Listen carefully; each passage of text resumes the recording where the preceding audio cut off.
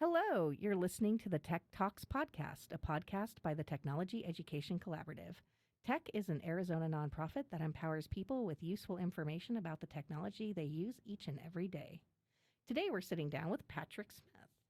Hello, Patrick. Hello.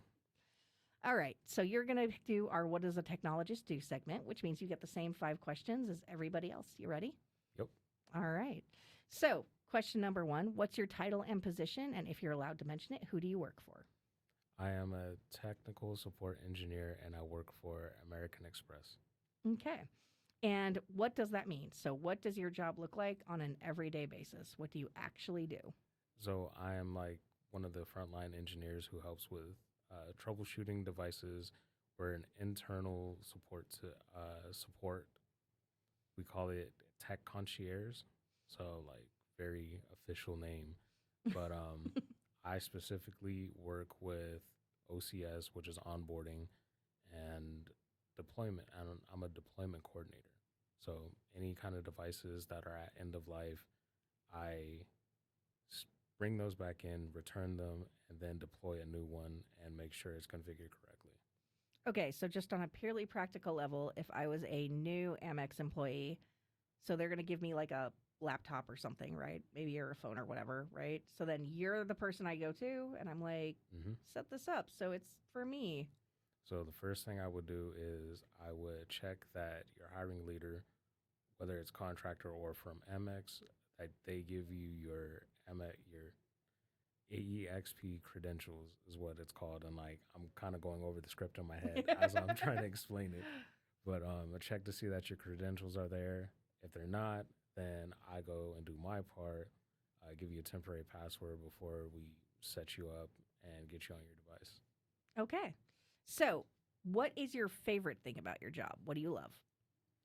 I love that it's both consistent, but there's always some unexpected factor that comes up, some unexpected problem. There's always something new that I'm learning or, coming into contact with like, oh, well, never seen this before. So let me talk to my team. Oh, and that's another thing. I love my team. My team is awesome. It's not my team, but being a Yeah. part of them is amazing. Super supportive. They take me as I am and, just have no problem giving me the answer or helping me find the answer. Very cool. So, give me an example of something new that you've come across. What does that look like? So I'm on a project and I'll try to be super vague so as not to like violate anything, but we're a part of this project and it's a new deployment process and it's supposed to be user focused. And so one of the pieces of software that's supposed to make it easier, quote unquote, is now having issues. And so now I'm having to take notes on said issues and like, oh, okay, so the user did this, which would normally work, but now it isn't. What could be causing that? And just kind of going down the list of where the error could be at. So, a lot of like actual problems, like troubleshooting, problem solving. Yes. Very Definitely. cool. Yeah. Very cool.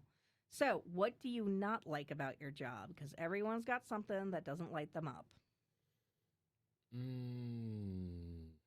Or is the most challenging? We can do that too. I feel like the most challenging is trying to remember everything.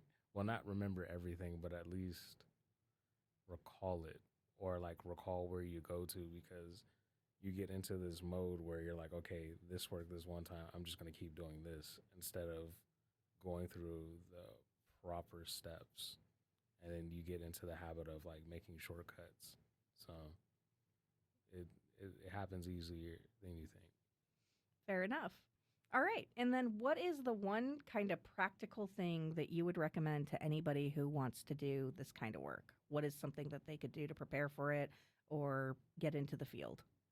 Learn to troubleshoot, like what that looks like, asking the right questions, and being able to explain your process to somebody else because other people aren't going to be able to think how you think, and they're probably not going to pick up on the tech jargon that you may just remember off from like a textbook or remember off from a knowledge-based article you might have been reading. So troubleshooting and also documentation, like proper documentation. You make a good point because I imagine a lot of the employees that come to you aren't in tech, right? Hmm. They're in completely different departments. So they're just like, my laptop's broken. Yes. Oh, and that's that. You know what? Back to that question about like things that kind of annoy me and are challenging. Sure. Users. Oh no, we you, can't do the blame the user. No, but go on, go on. you, Help people be better users. How can someone be a better user for someone like you? That's I would actually a really say good question. try to explain your problem and be specific about what the problem is, when it started, and what you did. Because it's not like we're going to blame you for whatever is wrong. We're just trying to troubleshoot and figure it out together. Because something that you may or may not have done could give us that key clue to figuring out your issue. That's fair. I am going to just, on behalf of those of us who are not technologists, I have learned that from my tech friends, but I will say, on behalf of those of us who are not, first of all, we know you feel this way about us. Just so you know, we know. Okay, we've seen the memes, we've seen the XKCD comics. Like we know exactly what you think of us. So that's part of the problem. But I think the other issue too is just not having the vocabulary to articulate it. So I feel like sometimes. I know I have felt silly going to people who I consider friends and who I absolutely trust and who would never condescend me or be mean or anything. Mm-hmm. But even then, in this completely safe environment, I have had moments where I needed tech help where I just feel like an idiot. You just feel like, well, I'm clicking on the thing and it's not working because you don't have the vocabulary to say, like, well, the GUI gets stuck on this window and it's not actually minimizing when it should. If you don't know to say that, you feel like a cave person pointing at like pictures, right? Like you don't know. Hieroglyphs. Yeah, and like I said, we've seen the memes. We know what UIT people think of us. We know, but I think that's actually really, I think being specific and just at least giving it a shot is very good advice. That is And completely fair to not want us to be like, it's broken.